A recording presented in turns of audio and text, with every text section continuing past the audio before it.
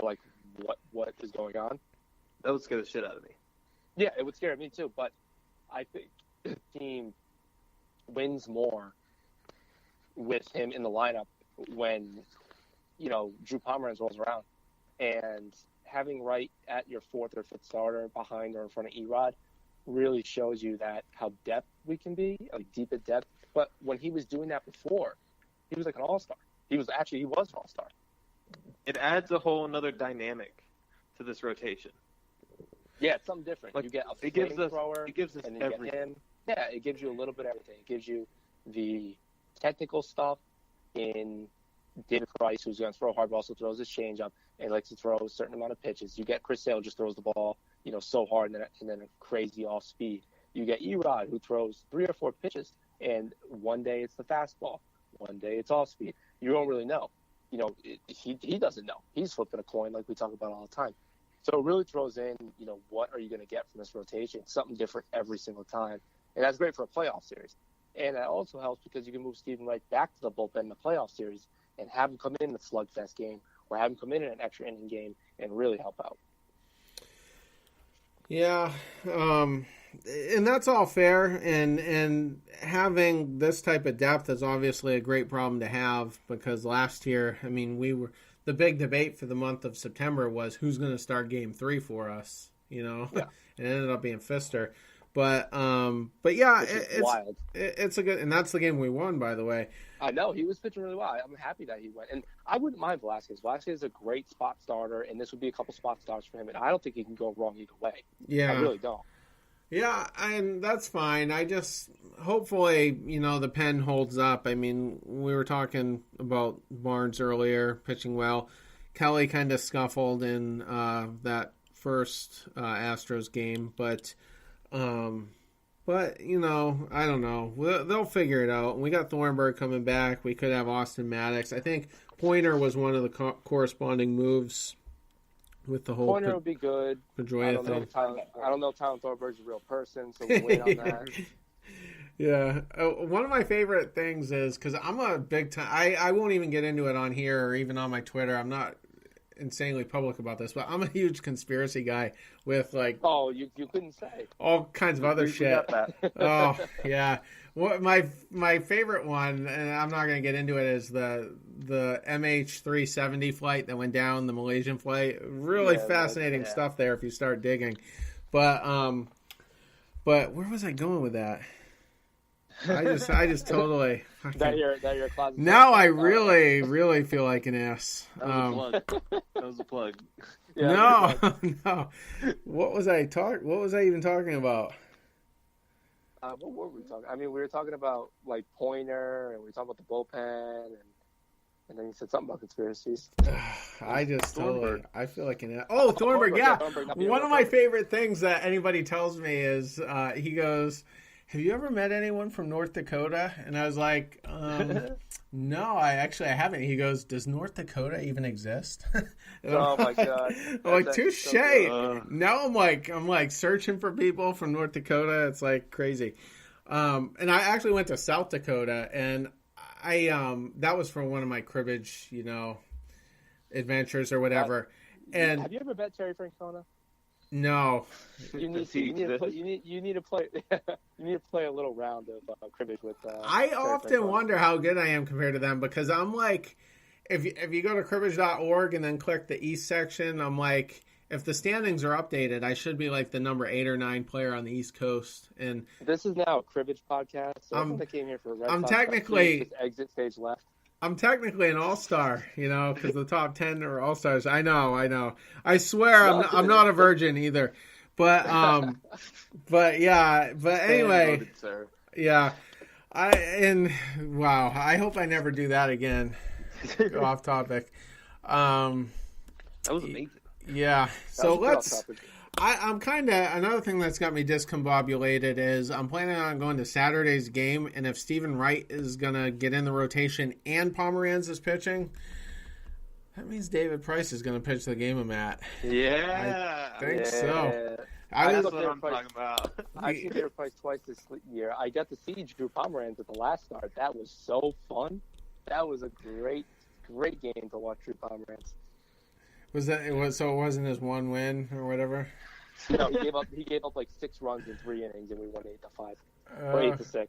But we ended up coming back. Was that against Tampa Bay? No, it was against Atlanta just last week. Oh, you were at that one. Yeah, okay. It was a typical Drew game, and it was sitting there in the stands, and I'm texting Austin, and he's just look, he's gonna get out of it. Yeah, he's gonna get out of it. I was like, no, he won't. 2-run home run. Yeah, so anyway, why don't we, I'm afraid to even look at how long we've been doing this. It's not that long. I'm going to do it anyway, an hour and 20. It's reasonable. Right. Hour and 20, that is reasonable. All right, let's get into this series here. Stephen Wright is going up against a pitcher. I know, we'll still be sitting here an hour from now. Hopefully the listeners like it, because, we do. Stephen Wright is up against a pitcher I've never heard of, Artie Lewicki. Sam Witwicky from Transformers. Yeah, I heard of him. Yeah. Does he exist though? Well, I was wondering if this guy exists. There's another guy. I have a picture named Blaine Hardy. Who the hell is he? I've heard of Matthew Boyd. Who? Yeah, I've heard of. All right, so what is it? That's tomorrow. Transformers. So the reason why we got all these random pitchers for Detroit is because tomorrow there's a doubleheader for the Yankees in Detroit, and they're throwing out Mike Fears and Drew Verhagen. He's a relief pitcher with a 6.30 ERA.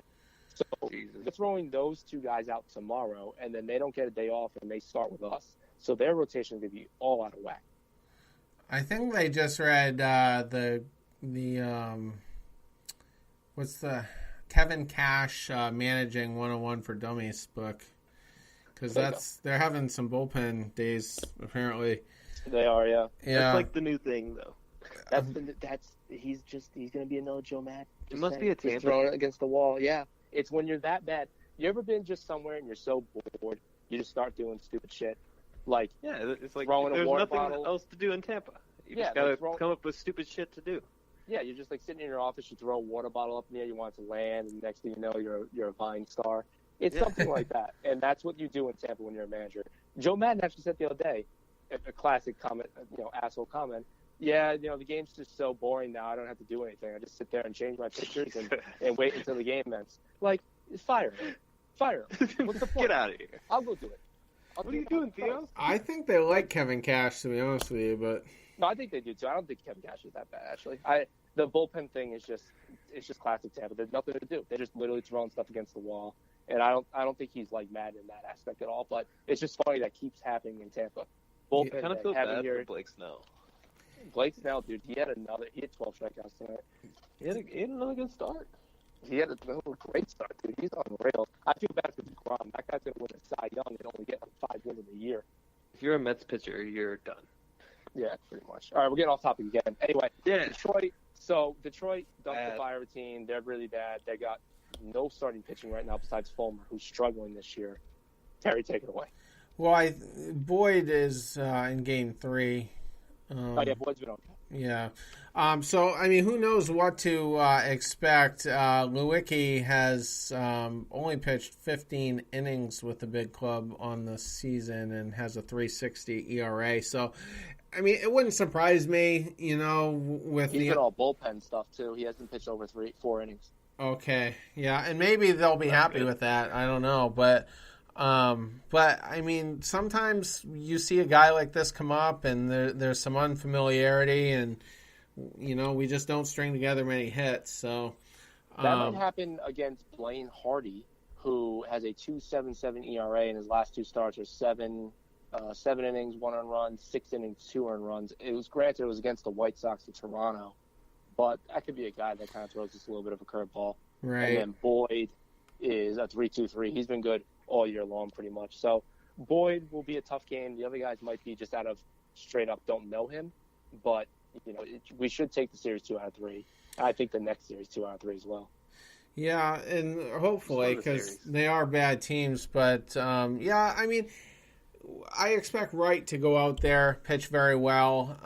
We'll be happy if Erod's, trend continues. I mean, what is he at now? His ERA must be under 4. Yeah, he's at a 3.88 ERA, 6-1, and I think they have a 10-1 record when he starts. So that's, he's been real good minus like 2 starts this year.